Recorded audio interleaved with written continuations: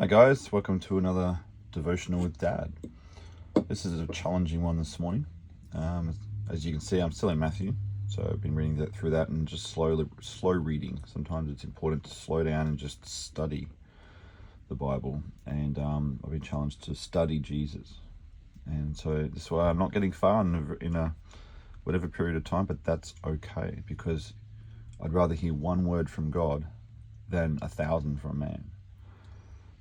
So today we're going through Matthew 10, and something that just jumped out to me today. In verse 28 it says, "Don't be afraid of those who want to kill your body. They cannot touch your soul. Fear only God, who can destroy both soul and body in hell."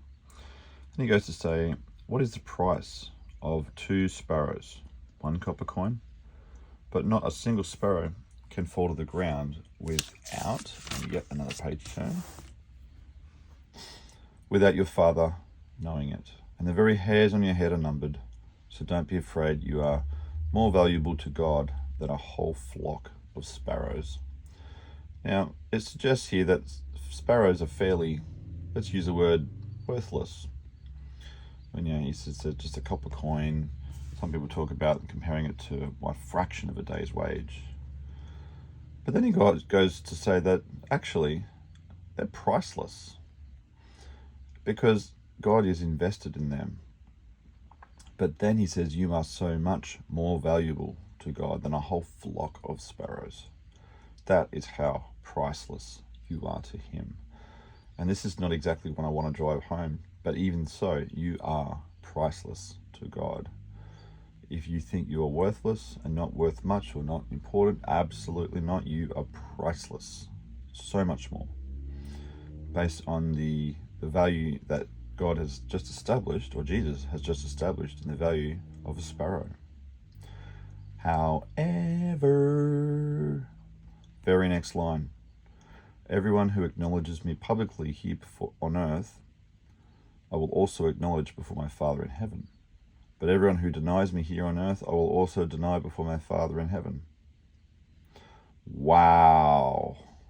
After just telling us how valued we are, how important, how priceless we are, he just goes on to say, well, you deny me, I'll flick you off, despite how worth we are to him. So the challenge is actually the reverse, I believe. How much worth does God have to us? That's a challenge, because now it's put the value system back onto us. Do we value God so much as to publicly acknowledge him here on earth? And I believe we do. And I'm not trying to suggest that nobody in this family does, but it's the daily cross challenge, really, isn't it? Because no matter how much we are worth to God, if we deny him, he will deny us. And that is fundamental to his value system. So my challenge for me even is to just keep in the forefront of my mind the concept and importance of acknowledging God in everything we do. Through who we sit with, how we set up our lives, everything.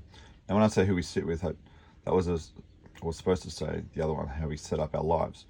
Who we sit with is not important here, because we are supposed to sit, quote, with sinners and all that, tax collectors, unquote, because that's what Jesus did. That was his model, to love those people, as we talked about previously. But our value for God must outweigh all of these factors, so that we acknowledge him in everything we do, and